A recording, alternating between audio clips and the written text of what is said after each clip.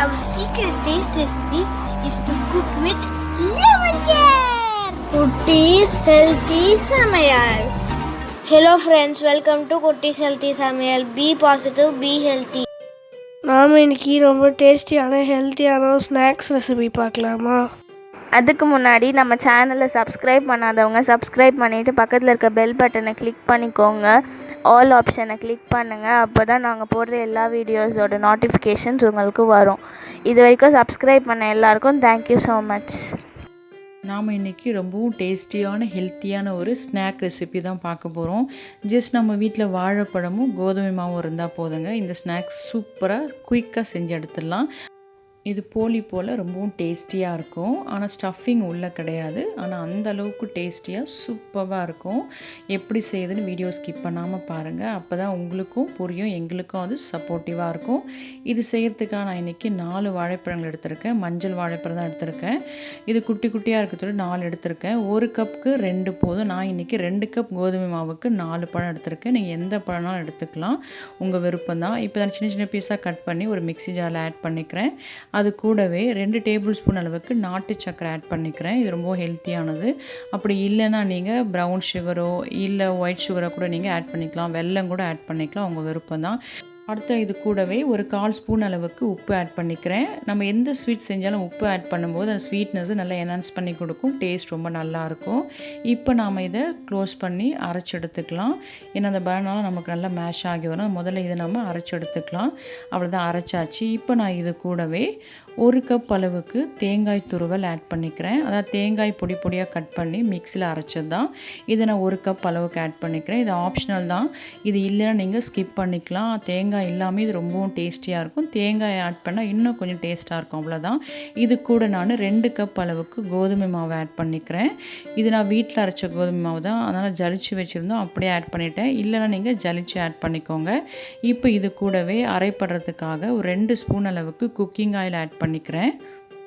நாம் இது எல்லாமே மிக்ஸி ஜார்லேயே தான் ஆட் பண்ணுறோம். ஸோ தனியாக நீங்கள் பிசையினால கை வச்சு கூட பிசைஞ்சிக்கலாம். பட் இப்படி ஆட் பண்ணி செய்யும்போது உங்களுக்கு ஈஸியாக இருக்கும். இது கூட 1 ஸ்பூன் அளவுக்கு நெய் ஆட் பண்ணிக்கிறேன். நெய்யும் ஆப்ஷனல் தான், உங்களுக்கு வேண்டான்னா நீங்கள் இதை ஸ்கிப் பண்ணிக்கலாம். பட் சின்ன பிள்ளைங்களுக்கு நெய் ஆட் பண்ணி கொடுக்கும்போது ரொம்ப ஹெல்த்துக்கும் நல்லது, அந்த டேஸ்ட்டும் உங்களுக்கு நல்லாயிருக்கும். ஸோ 1 ஸ்பூன் அளவுக்கு நெய் ஆட் பண்ணிக்கிறேன். இது கூடவே ஒரு 1/2 கப் அளவுக்கு மட்டும் தண்ணி ஆட் பண்ணிக்கிறேன். அதை அரைப்படுறதுக்காக. ரொம்ப ஆட் பண்ண வேணாம். 2 கப் கோதுமை மாவுக்கு 1/2 கப் தண்ணி ஆட் பண்ணால் போதும். எடுத்து 1/2 கப் தண்ணியில் முதல்ல கொஞ்சமாக ஆட் பண்ண பிறகு நல்லா மாவை மிக்ஸ் பண்ணி விட்டு மீதி இருக்க தண்ணியை ஆட் பண்ணிக்கலாம். எப்போவுமே நம்ம மிக்ஸில் ஆட் பண்ணி அரைக்கும் போது தண்ணிலாம் ஆட் பண்ணும்போது கொஞ்சம் மிக்ஸ் பண்ணி விட்டுட்ட பிறகு நம்ம அரைச்சோம்னா அது செதுறாது. ஸோ நமக்கு அந்த கேப்பெல்லாம் ஃபுல்லாக அழுக்காகாமல் நம்ம ஈஸியாக அரைச்சி எடுத்துக்கலாம். இதையும் ஒரு டிப்பாக நீங்கள் ஃபாலோ பண்ணிக்கலாம். இப்போ நம்ம இதை கொஞ்சமாக அரைச்சி எடுத்துக்கலாம். மிக்ஸியில் நீங்கள் அரைச்சி எடுத்திங்கன்னா டைம் சேவ் ஆகும், உங்களுக்கு சீக்கிரமாகவும் நீங்கள் செஞ்சு எடுத்துக்கலாம். அதுக்காக தான் இப்படி மிக்ஸியில் அரைக்கலாம். இல்லை நாங்கள் கையிலேயே செஞ்சு போனால் நீங்கள் பனானாவும் நாட்டு சக்கரை மட்டும் மிக்ஸியில் அரைச்சி எடுத்துகிட்டு கையிலேயே மாவு பிசைஞ்சிக்கலாம். அவ்வளோதான். இப்போ பாருங்கள், நம்மளோட மாவு ரெடி ஆகிடுச்சு. இப்போ இது எக்ஸ்ட்ராலாம் நீங்கள் தண்ணி ஆட் பண்ண வேணாம். ஜஸ்ட்டு ஒரு பாத்திரத்தில் இதை ட்ரான்ஸ்ஃபர் பண்ணிவிட்டு கையில் கொஞ்சமாக எண்ணெய் தடவிட்டு நீங்கள் அப்படியே லைட்டாக பிசைஞ்சு விட்டாலுமே போதும். நம்மளோட மாவு ரெடி ஆகிடும். இப்போ ட்ரான்ஸ்ஃபர் பண்ண பிறகு மிக்ஸியில் ஒட்டியிருக்க கொஞ்சம் மாவையும் நம்ம ஸ்பூன் வச்சு எடுத்துகிட்டு அதை க்ளீன் பண்ணுறதுக்காக கொஞ்சமாக தண்ணி ஆட் பண்ணி மிக்ஸி ஜஸ்ட் 1 நிமிஷம் வரைக்கும் நீங்கள் ஓட விட்டிங்கன்னா போதும். மிக்ஸி ஜாரும் க்ளீன் ஆகிடும்.